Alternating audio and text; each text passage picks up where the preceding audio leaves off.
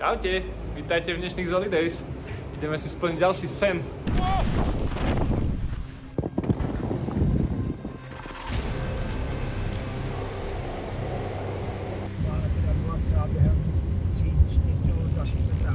Lanovka ide popod sneh.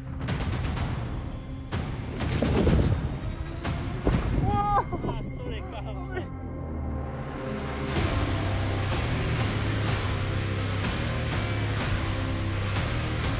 Dostanem obličkový záchod.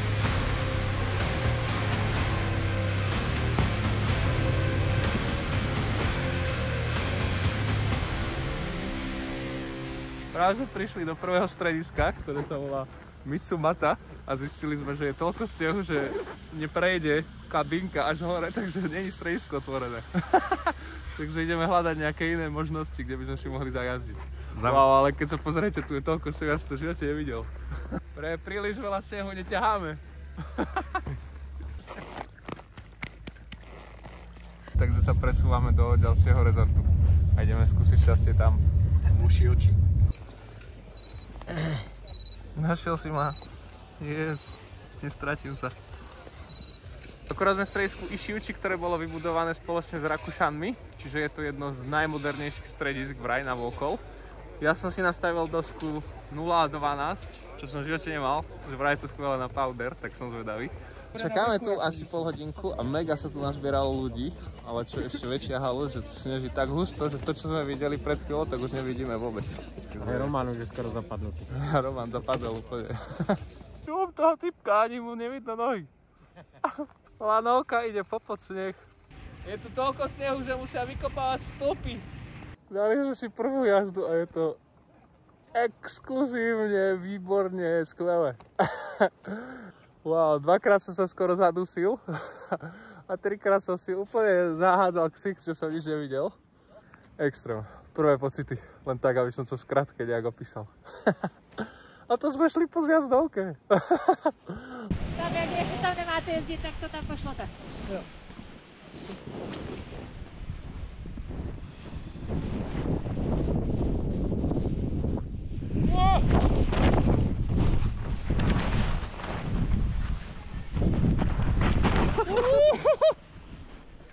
Tak tu sme asi nechceli ísť. To bolo ono, hej? Wow. Bojím sa odopnúť tu na. Podľa mňa pôjdem hlboko. No, kde? Idem to skúsiť, hej? Zakričím ti.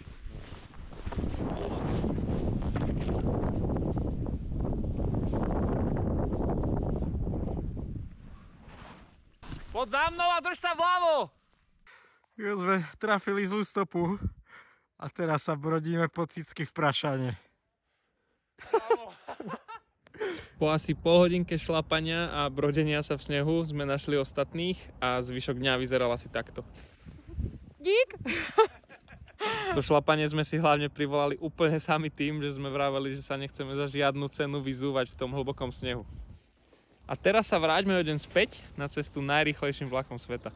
No, strašne sme sa zabávali na tom, keď sme odchádzali zo Slovenska, že náš vlak mal meškanie 80 minút a tešili sme sa z toho prepojenia, že prídeme sem a všetko poje na čas a sme si to zakrikli, lebo náš najrýchlejší vlak na svete má 40-minútové meškanie na odjazde. Zaujímavosťou je, že v Tokiu vlastne na optimalizáciu tých tratí medzi jednotlivými zastávkami použili hubu, ktorá sa volá slizovka Manu, kde na mapu dali ovsené vločky všade, kde sú zastávky a ona vytvorila efektívne cesty medzi tými ovsenými vločkami. Prídeme tých 300? 319. Je veľmi ojedinelé, že tie vlaky meškajú a dneska sme vychytali nejakú kontrolu vozňa. Vláda dal vlak třeba během 3-4 minut dalších metráků. A za poslední měsíc tady nakydalo třeba 4,5 metru. Včera večer sme sa ubytovali u dvoch lokálnych Čechov, Petra a Wendy. Pozdravujeme, ďakujeme krásne. Majú nádherné ubytko, také japonské, úplne maličké. Je to tam super, troška kosa ráno, ale úplná bomba. Máme vlastne všetci traja spolu izbu a sme z toho nadšení. No a čo Zalo, vmestí sa tam? Vidíš, najhoršie je, že záchod je takto. Tak kuchyň. Jo, to je sníh, jo. Peter z Wendy nám zároveň požičali dneska auto, lebo ho nepotrebovali, tak sme sa vybrali do Snow Monkey Forestu, ktoré bolo 2 hodinky od ubytka. A nachádzajú sa tu opice, ktoré sa kúpu v termálnych kúpeloch. Proste tu termálny opičí park. Myslím, že to je taká svetová raritka, že neviem, či niekde inde na svete sa takto kúpu opice. Tam je najväčšia opica a točí si malú opicu. Čúra! To ti vyšťala do objektívu. Dosť bolo opic, poďme sa presunúť k hlavnému dôvodu, prečo sme tu.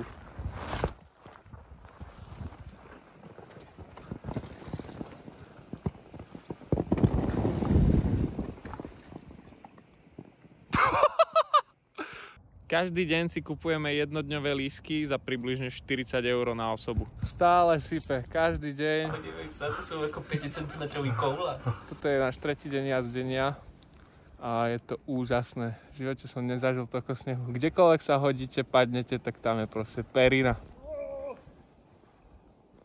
Pekne! Padli sme 2-krát na to isté miesto s Romanom a ešte by sa nám vošiel 3. človek úplne v kľude.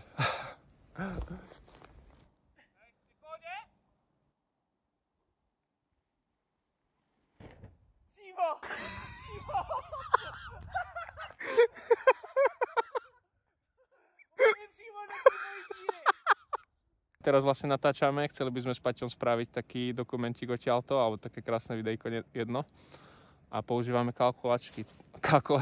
používame vysielačky, tak to nejak to vyzerá.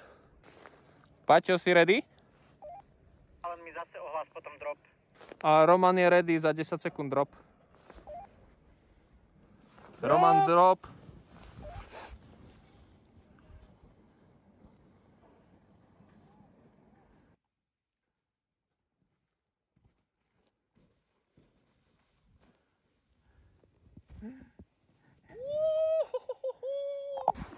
Našli sme si takú planinku a rozhodli sme sa postaviť kicker, tak sme teraz asi hodinku dupali a stavali kicker. Už sa blížime do cieľa stavania a tam niekde by mal byť dopad v ideálnom prípade, tak snáď tam doletíme. A tam stojí Patrik s kamerou a takto vyzerá rozjazd. Držte palce.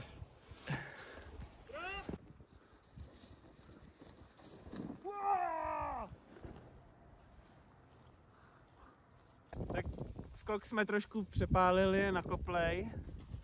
Málem jsem si vyrazil tady zuby s vačinkou. Mám pitíčko onigiri samozřejmě stále u sebe. Tak jsme zvědaví, jak se s tím popere Zoltán. Backflip, backflip!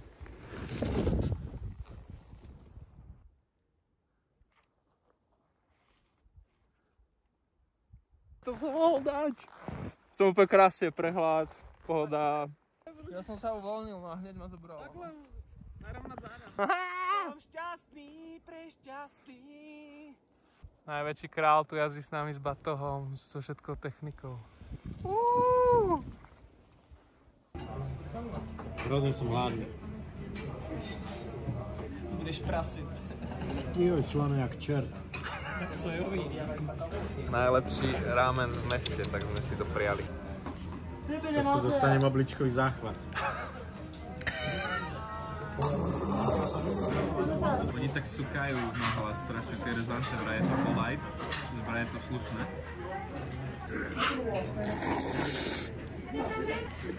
Ukáž, ako ty vieš sukať.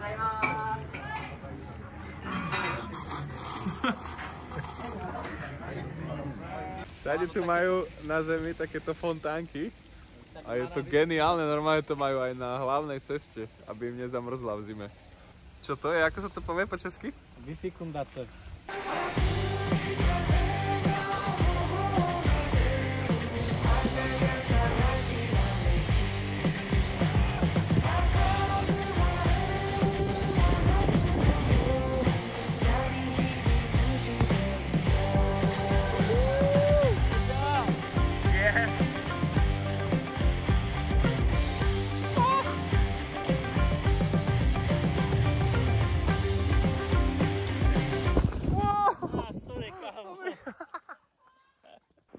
nejlepší den v životě.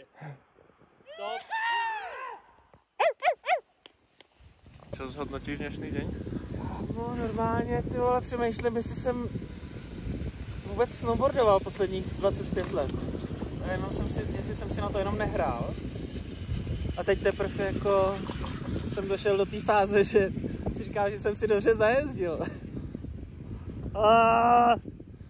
Arigato. Skvělý. Arigato gozaimasu. Tak akorát Roman vybehol do Prašanu mimo plot a hneď za nami utekal nejaký patrol odtiaľto. A za ním, čo šli lyžiari, tak im hneď brali lístky. Takže takto sa prepol do inkognito módu a ideme ďalej. Jako bych tu nikdy nebyl. Onigírka.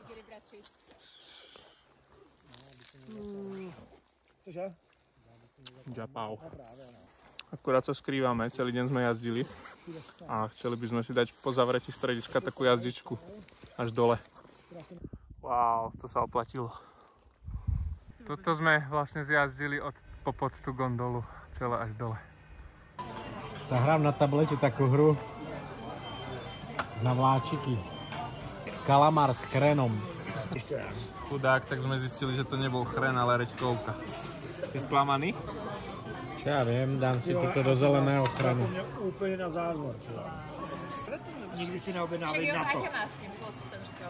Smrdí to jak ponožky a chutná to jak, nevím. To jak hlen z nosu, ty vole. Nevím z krku. Po tomto varovaní si samozrejme ideme objednať na to. Moc na tom stole?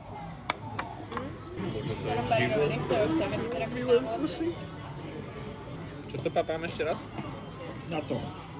Na to. Ktoré ti zaručí dlhovekosť. Keď toto zjem, tak sa dožijem veľa rokov. Akože má to takú pachuť ponožkovú, ale dá sa to.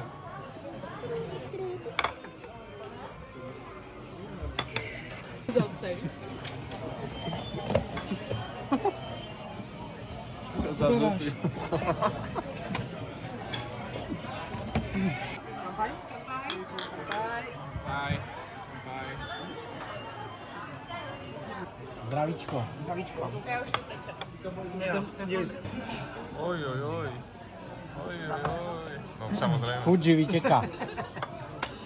Našiel som svoje nové obľúbené ovocie, volá sa to, že yuzu. Vyzerá to skoro ako niečo medzi grepom a pomelom. A je to vynikajúce. Sekáme to tu už druhý deň. Hej, ty máš yuzu?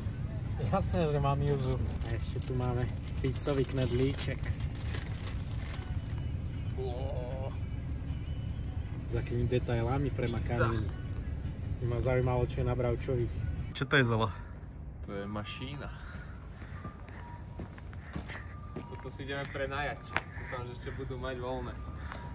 Teda snažíme sa požičať auto a nevedia to po anglicky, tak som použil ChatGPT a vlastne som tam len napísal, čo sa snažím požičať a na koľko a tak to pekne mi to preložilo do ich jazyka. It is very busy right now, so this is the only type of car available. This car is a four-wheel drive. Požičali sme si Toyotu, bolo to vlastne posledné auto, ktoré tam mali. Zastavili sme sa na klasické krabičkové jedlo v 7-Eleven, ktoré stojí približne 5 eur a vyrazili sme na výlet. Prvou zastávkou bolo mestečko Fujiyoshida s takýmto krásnym výhľadom na sopku Fuji. Jej vrchol dosahuje 3776 metrov a je najvyššou horou Japonska. Práve sme v lese samovrahov, ktorý je celý vyrastený na láve zo sopky Fuji. Je to, myslím, že druhé miesto na svete s najväčším počtom samovražd. Celkovo tie samovraždy vychádzajú z tej japonskej kultúry, že pre nich to bolo ako nejaké hrdinstvo zomreť tým, že sa zasamovraždíš. Majú aj v tej kultúre vlastne veľa filmov o tom, o tých samovraždách z tých čias samurajov. Takže preto, keď niekto nevie čo, tak sa rozhodne pre takúto triumfálnu smrť. Legendy hovoria, že je tu jednoduché sa stratiť. Môže za to lávové podložie. Tá láva zapričinuje to, že tu nie je signál a rovnako to ruší aj kompas. To žili naši predkovia. Jaskynia. Mali sme vďaka tomuto lesu možnosť to vyskúšať. Premiestnili sme sa do Kyoto, do chrámu Fushimi Inari, kde sa nachádzajú tieto ikonické tory brány. Fungujú ako symbolický portál prechodu z každodenného obyčajného sveta do posvetného priestoru. Následne sme sa presunuli k najznámejšej historickej stavbe Kyoto, ktorej názov sa nebudem pokúšať vysloviť. Je to takáto čierna 5-poschodová pagoda.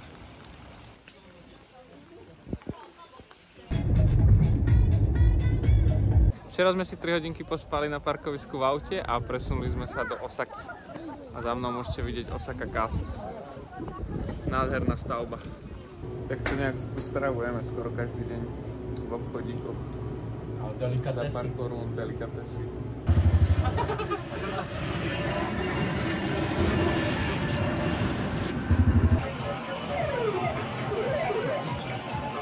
Si sa aj nahneval, nie?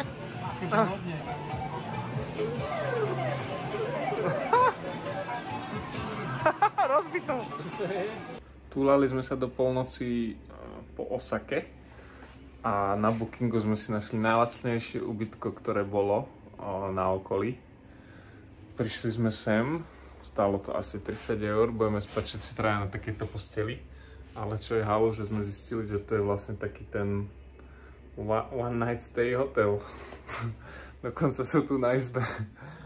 Je tu automat na kondómy. Aj na pilule. A tuto je takýto mikrofón, ktorý posteli.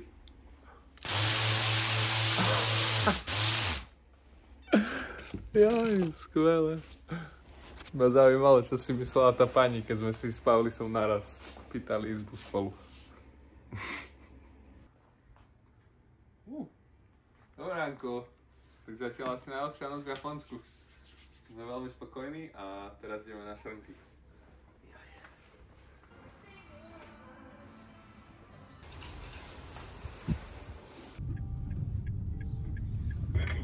Ale ako super, že po prechode akurát je. Nachádzame sa v parku Nara, ktorý je plný takýchto kláňajúcich sa srniek, ktoré sa naučili poďakovať za jedlo, ktoré im dávajú turisti a zároveň asi aj prosia o to jedlo.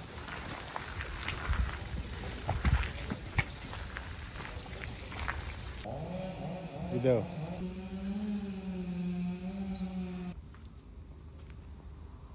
Pustím si gati, lebo kopla srnka včera do zadku. Zastavili sme sa v meste Nagoya, kde sa nachádza Toyota Muzeum. Sú tu vlastne auta od tých úplne prvých až po moderné. Tak sme zvedaví. 2 hodiny sme sa prechádzali po múzeu s otvorenou pusou a obdivovali všetky tie modely aut. Medzi nimi sa nachádzal Mercedes-Benz 300 SL, ktorý je asociovaný s Jamesom Bondom. Aj takýto krásny Ford Mustang. Na záver sme sa všetci traja zhodli, že tie historické autá sa nám páčia viac ako tie súčasné. Išli sme na výlet a máme viac vecí, ako sme prišli. A najlepšie, čo ma najviac baví, je klavír. Klavír je víc. Paťo šiel do Japonska a kúpil si klavír. No, veľa som išiel. To mám na jazdenie. Dosku ne. Ale je to super, ale to vôbec nevojde do auta. Tiež nemáš tým No, posledné 3 dni sme iba nakupovali, lebo všade prší. Tak sme chodili po pamiatkách a pomedzi to si dávali sekače. Takže skvelé. Nakúpili sme všetko, čo sme mohli. 3 foťáky. No, koľko? 3 foťáky sme kúpili však. 3. Dvojotopánok. Koľko máš, Mikin, tričiek? 2 tašky oblečenia. Tatkovi som zobral model Land Cruisera. A ty vole. A bude sranda, potom vám natočím, ako sa budeme baliť. Poslednú noc sme vychytali takéto ubytko. Máme 2 postele. A tento hobbit spí tuto v skrini. Zahrá na Harry Pottera. Tak som vyfasoval, lebo som bol neposlušný dneska. Tuto klasická výhrevňa na kerosín. Vyskúšali sme ten japonský wagyu steak, vyzerá to takto. A je tam vlastne viacej toho tuku medzi mesom a je to fakt šťavnatúčke výborné. Záverečný deň, po jazdení. Patrik sa do balík. Sušíme Patrik sa ide baliť, uvidíme, či sa vojde klavír. A možno, či na ne vojde. Za 7 minút nám ide vlak. Myslíš, že to stihneme?